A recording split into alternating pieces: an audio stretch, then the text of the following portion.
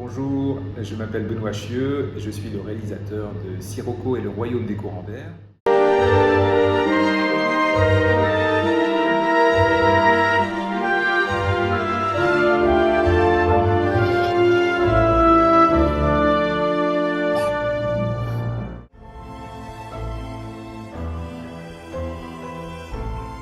Malheureusement, c'est une moyenne qu'on retrouve assez régulièrement. Sur un premier long métrage, les difficultés sont nombreuses entre le financement, l'écriture, la mise en place de l'équipe de travail, etc. Donc, alors 10 ans, c'est pas tout à fait 10 ans, parce qu'en fait, c'est jamais 10 ans en continu. Entre-temps, j'ai fait des courts-métrages, etc. Donc il y a pas, c'est pas véritablement 10 ans. Ce qu'il faut retenir, c'est que j'ai commencé les premières images de ce projet en 2014. Et ensuite, il y a eu un temps de maturation, de recherche de financement qui a été long. Et on a commencé la fabrication en septembre 2021 et la fabrication s'est faite rapidement en fait. On a presque 1 an et demi de fabrication, ce qui est très court pour un long métrage. Donc en fait, il y a un espèce d'exercice en 2 temps, c'est-à-dire qu'il y a une espèce de temps d'attente, de développement assez long comme ça, où on ne sait pas trop ce qui va se passer, on se demande même si le film va pouvoir se faire, etc. Heureusement, la collaboration avec Randy Hans s'est très bien passée. Il a toujours été très très motivé par le projet. Il a fait ce qu'il fallait pour que le film puisse se monter. Et ce deuxième temps de fabrication, où tout d'un coup on donne un coup de départ comme ça. Et puis là, il faut partir au galop, quoi. Il faut aller tout très très vite, tout paraît fou, quoi. Une espèce de raz-de-marée dans lequel on se fait complètement engloutir. Donc voilà, c'est assez étonnant de vivre cette expérience en 2 temps.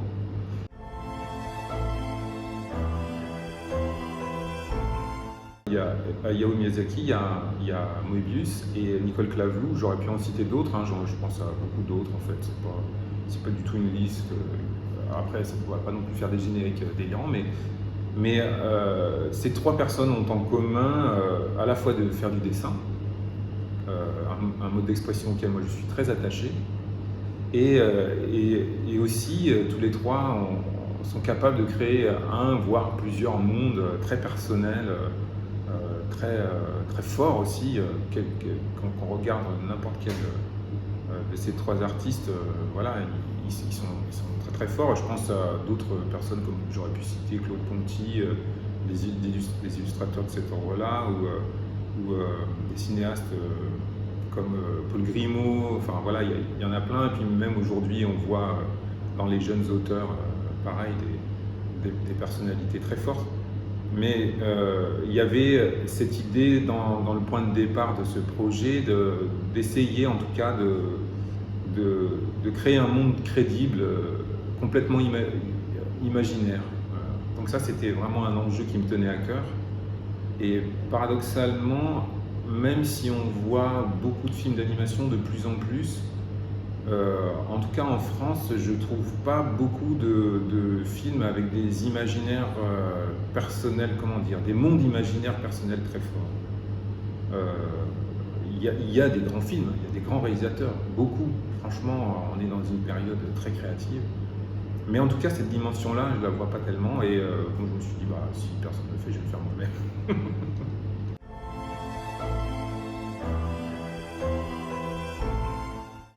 Probablement, comme je suis enseignant, j'essaye en tout cas de réfléchir à comment certains réalisateurs ont fait pour faire leurs films. Et donc je me pose des questions. Ça, c'est vrai que je me pose des questions. Quand je regarde un film, j'essaye de savoir quels moyens ils ont employés pour arriver à faire que ça marche, quoi, qu'on ait envie de regarder ce film, qu'on y croit, etc. Et donc il y a des méthodes. Ils ont des trucs. Chaque réalisateur a ses trucs. Chez les très grands réalisateurs, les trucs ils sont difficiles à voir parce qu'ils ont une grande maturité et donc il y a tellement de complexité dans leur choix que parfois c'est vertigineux et on se dit mais comment on peut arriver à un tel niveau de maîtrise, à tel niveau. Mais en tout cas, chacun a ses trucs. Voilà. Et c'est toujours intéressant de voir quels sont les trucs de Miyazaki, les trucs de Moebius, les trucs de Nicole Clavou.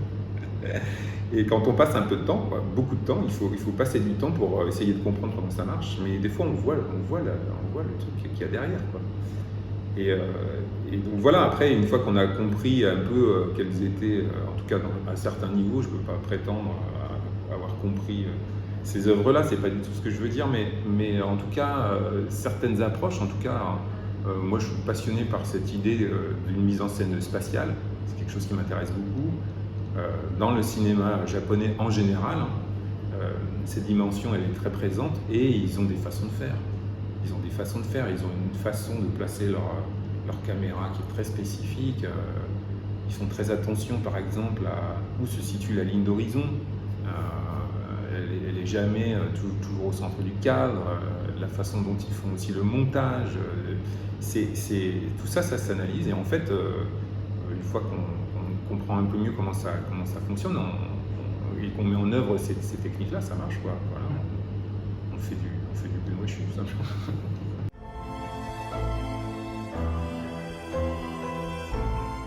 Ce qui moi me motivait, c'était dans le dessin, c'était d'arriver à faire quelque chose de très simple. On a d'abord dessiné, c'est-à-dire qu'il n'y avait pas du tout d'intention de couleur au préalable quand on a fait la première partie, ce qu'on appelle le layout, c'est-à-dire qu'on met au propre tout le storyboard. Il y avait purement un enjeu de dessin, c'est de la ligne claire à la Tintin, c'est-à-dire qu'on a un crayon sans aucun effet, c'est-à-dire que c'est vraiment le crayon le plus neutre possible, on a une page blanche, et après c'est un jeu de lignes, c'est-à-dire qu'il y a un jeu comme ça où très spontanément, quand on dessine, on s'aperçoit qu'il y a des lignes qui s'imposent d'elles-mêmes, on évite par exemple les entrecroisements pour éviter de faire des images trop chargées, etc. Et donc il y avait cette première étape de travail d'épurer comme ça le plus possible le dessin pour qu'il soit le plus lisible possible. Donc il y a eu tout le layout a été fait comme ça. Et ensuite, il y a le deuxième temps, c'était la couleur, et donc il a fallu remplir toutes ces zones. Et j'avais choisi dès le départ, moi, de ne faire aucune ombre propre et aucune ombre portée. Donc ce ne sont que des aplats. Le seul effet spécial qu'il y a d'autorisé dans ce film, c'était le dégradé. Parce que le dégradé permettait quand même d'amener de la lumière et de la profondeur. Donc c'est le seul artifice qui existe dans les décors. Mais sinon, il n'y a que des aplats.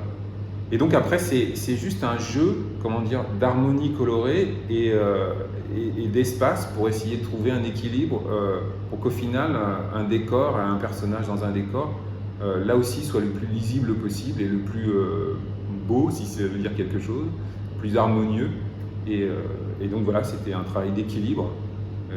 J'aurais du mal à conceptualiser ce que j'ai fait. En fait, c'était vraiment très intuitif, quoi, le travail de la couleur et du dessin.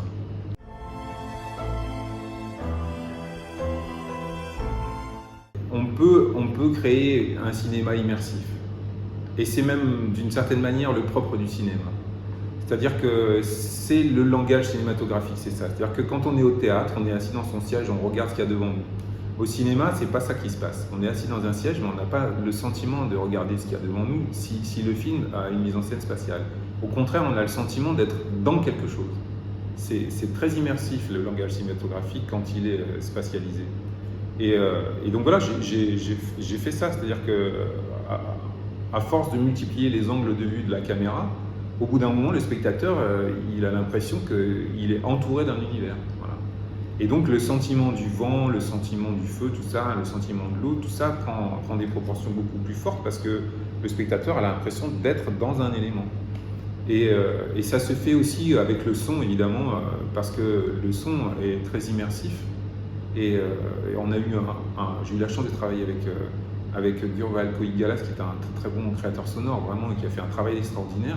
Et lui aussi, il a fait ce travail de spatialisation, de recherche de sons comme ça pour identifier des sons très spécifiques, parce que vous n'avez peut-être pas fait attention à ces détails, mais Sirocco, il a un son à lui, le cerf-volant a un son à lui, la tempête, elle a un son à elle. Donc comme ça, il fallait identifier les différents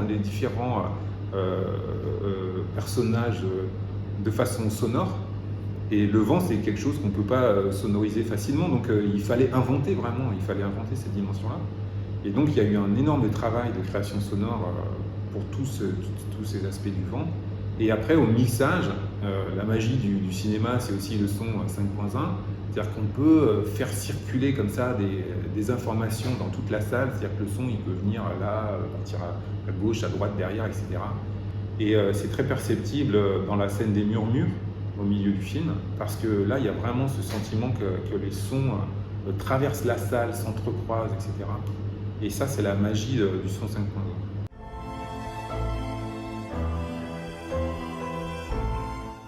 Alors le travail de la musique, évidemment, Pablo Pico, il a fait un travail extraordinaire, hein, c'est évident. Il y avait cette envie dès le départ de faire une musique orchestrale, ce qui n'est pas simple, parce que d'une part ça coûte cher, c'est difficile à écrire, et puis pour certains il y a un côté presque, parfois c'est bizarre quand je vais dire ça, mais c'est vrai, il y a ce mouvement de dire oui, il y a quelque chose d'un peu ringard dans l'idée de créer des thèmes musicaux. Mais nous, pas du tout, on était vraiment à fond là-dedans, on sait ce que je voulais. Et Pablo aussi, il avait envie de faire ça. Et donc, il y a eu ce travail d'écriture. Alors, ce qui est très agréable avec Pablo Pico, c'est que c'est quelqu'un qui réfléchit à l'histoire. C'est pas simplement quelqu'un qui écrit de la belle musique, c'est quelqu'un qui raconte une histoire avec la musique. Donc, on s'est posé des questions de narration. Là aussi, comme Kurval a pu le faire avec la création sonore, d'associer des sons à des personnages. À un autre niveau, Pablo, il s'est posé la question de qu'est-ce que voulait dire la musique à tel endroit dans le film, etc. Donc on a comme ça défini des thèmes musicaux principaux qui définissaient un peu des grandes trames narratives. Donc ça a permis de structurer l'histoire. Un des aspects aussi très importants, c'est que si tout le monde entend la musique, c'est qu'il y a aussi il y a la place pour ça. C'est-à-dire qu'il y a beaucoup de films aujourd'hui où il y a de la musique, mais en fait, quand on sort du film, on ne l'a pas entendu, tout simplement. Il y a un musicien qui a travaillé, mais on ne sait pas où est la musique. Tout simplement, pas parce qu'elle est mal écrite, c'est parce qu'elle n'a pas sa place, en fait. Elle n'est pas mise en avant. Avec Sirocco, il y a eu vraiment un travail entre Kurval et Pablo pour que chacun ne se marche pas sur les pieds. C'est-à-dire que quand on avait du son, on avait du son. Quand on avait de la musique, on avait de la musique. Et dans le film, il y a des passages musicaux où il n'y a aucun autre son que la musique. Et donc, du coup, on l'entend. Donc, tout simplement, les gens disent c'est une super belle musique, mais je pense que c'est vrai que Pablo a fait un travail, mais aussi on lui a donné la place pour qu'on puisse l'entendre. La scène de l'opéra, alors évidemment, c'était une scène très délicate parce que c'est... comment dire, dans ce genre de scène-là, on est obligé de caler l'animation sur la musique. Donc il fallait qu'on... Alors il y avait un storyboard qui était très précis. Moi j'avais dit dès le départ, on va enregistrer la musique et on retouchera le storyboard une fois que la musique sera terminée. Et donc c'est ce qu'on a fait, c'est-à-dire qu'on avait défini un timing, etc. On avait un découpage déjà très précis, mais Pablo, quand il a écrit ce morceau, ce que moi j'ai adoré, c'est que il s'est donné la possibilité de faire de l'improvisation. Et c'est là qu'intervient le travail de Celia Kameni, qui est une chanteuse de jazz. Il ne se connaissait pas du tout avec Pablo, il avait repéré son travail comme ça au préalable. Donc c'est la première fois qu'ils se rencontraient. Et en une matinée, j'étais sidéré de voir à quel point Pablo avait à la fois préparé son coup, c'est-à-dire qu'il avait écrit une trame, une composition musicale qui tenait très bien la route, mais aussi la capacité de cette chanteuse Celia d'improviser sur cette composition avec des chants qui étaient évidemment pas du tout écrits. Et donc il y a dans cette scène, ce qui est saisissant, c'est qu'on l'entend, c'est-à-dire qu'on entend cette improvisation, cette liberté de la parole et du chant, quoi. Et moi j'ai adoré ça, j'ai trouvé ça super. Et après on a fait un travail évidemment de re-storyboardage, c'est-à-dire qu'on a réassemblé la mise en scène pour que cette scène-là soit la plus fluide possible. Voilà.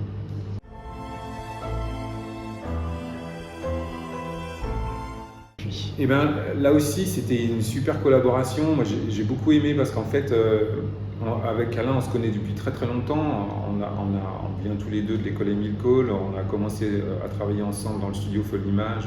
Donc on se connaît depuis très longtemps. Et je connais très bien son travail. Alors Alain, il a un univers qui vient plutôt du polar et qui peut être parfois très noir. Et j'avais un peu de réticence quand il m'a dit écoute, j'aimerais bien qu'on travaille ensemble, ça serait intéressant de voir ce que ça peut donner, etc. Moi je me disais quand même, est-ce que cet univers noir va coller avec ce que j'ai envie de faire? Moi je voulais faire un film coloré, joyeux, etc. Et en fait, pas du tout. Il a été très malin, très à l'écoute. Et ce qui a été très fort, c'est que je pense qu'il a vraiment, justement, comme vous le dites, il a réussi à intégrer cette dimension à la fois très humaine et très universelle dans le récit, avec des thèmes très forts, hein, comme le décès, qui est quand même un thème assez lourd à porter dans un projet comme celui-ci, et qui, moi, me faisait peur. Je me disais, est-ce que c'est pas un peu trop quand même de faire ça?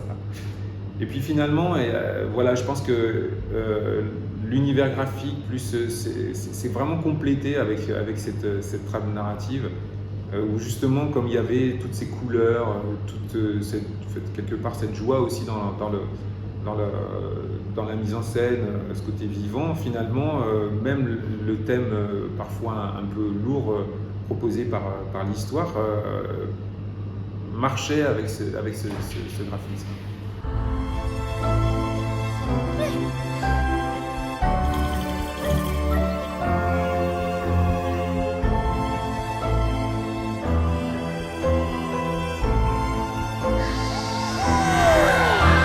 L'aventure, c'est comme le vélo, ça ne s'oublie jamais.